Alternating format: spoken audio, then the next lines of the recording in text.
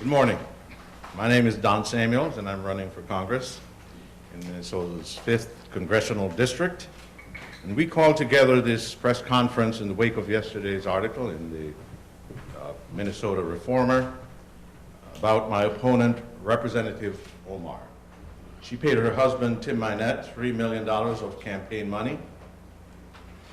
And the way her time in office has given his business access and credibility, as they've misappropriated more than $1 million in money from South Dakota investors.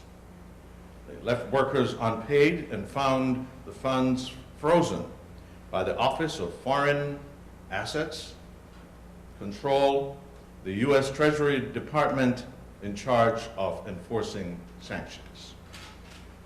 Unfortunately, this story is just the latest scandal in a string of new stories about Representative Omar that narrow the focus on her and bring us further from the type of progress our district and our country needs around issues that affect the lives of our neighbors. Representative Omar has used her 3 terms in Congress, what many would consider the opportunity and honor of a lifetime, to divide our community and enrich herself in the process. Minnesota Reformer reporter Max Nesterag's article mentions at least 3 of the businesses that Tim Mynett and his partner Will Haler started. The first was their political consultancy, which received an unprecedented sum of money from Representative Omar's 2020 race, where she raked in millions of small dollar contributions from across the country during the election cycle. $3 million was spent with E Street, and a large portion of that money went directly back into her own household.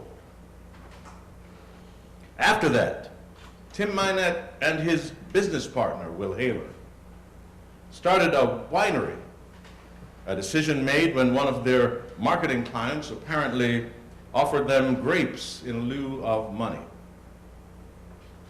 The winery left its workers unpaid and is currently being sued for breach of contract, a bizarre arrangement where they agreed to return an investment of $300,000 with a return of $900,000 just 18 months later. Faisal Gill, the lawyer for the investor, was endorsed by Representative Omar in his recent Los Angeles City Attorney's race.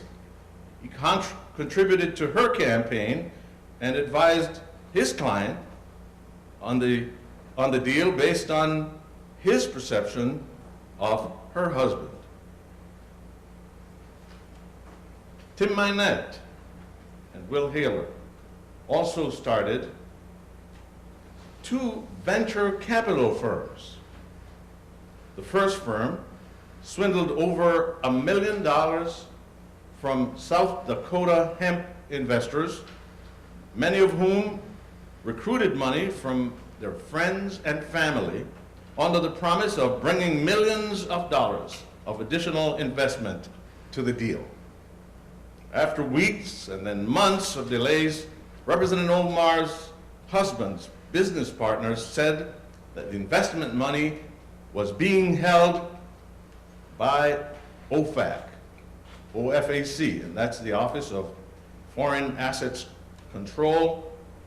That's the U.S. Treasury Department responsible for enforcing sanctions. Unfortunately, Mr. Haler's response to the Minnesota Reformers ducked any explanation as to the nature of the hold placed on the funds. Finally, the last venture capital firm, and most current, is the one that is focused on doing businesses in Africa and other international locations. A primary policy focus of my opponent, and one for which she recently started a policy work group. While all of those facts are very troubling, the most troubling element of this story is Representative Omar's refusal to address the scandal. The Minnesota Reformer's article strongly suggests that she has been inaccurate in recent required financial disclosures, with her husband possibly at times in control of millions of dollars in private investment funds. After Representative Omar's 2020 campaign paid her husband's firm nearly $3 million, our Congresswoman said she was going to stop payments to the consultancy in the interest of public trust. It seems, since that time, she has potentially found other ways to pad her own bottom line. Over the past 3 years, Representative Omar has also taken trips with her husband paid for by foreign governments, at the time refusing to disclose the funding source for those trips. One trip in November of 2022 was to Qatar to attend the World Cup, a game played in a stadium widely criticized for being built by slave labor. In April of 2022, she went to Pakistan with her husband and met with former President Imran Khan and current President Shehbaz Sharif and several regional heads of state. At each of those meetings, her husband was by her side. The trip was particularly unusual because reports at that time indicate she had given no forewarning to Congress or to the State Department about her trip. The 5th Congressional District and our country face significant challenges.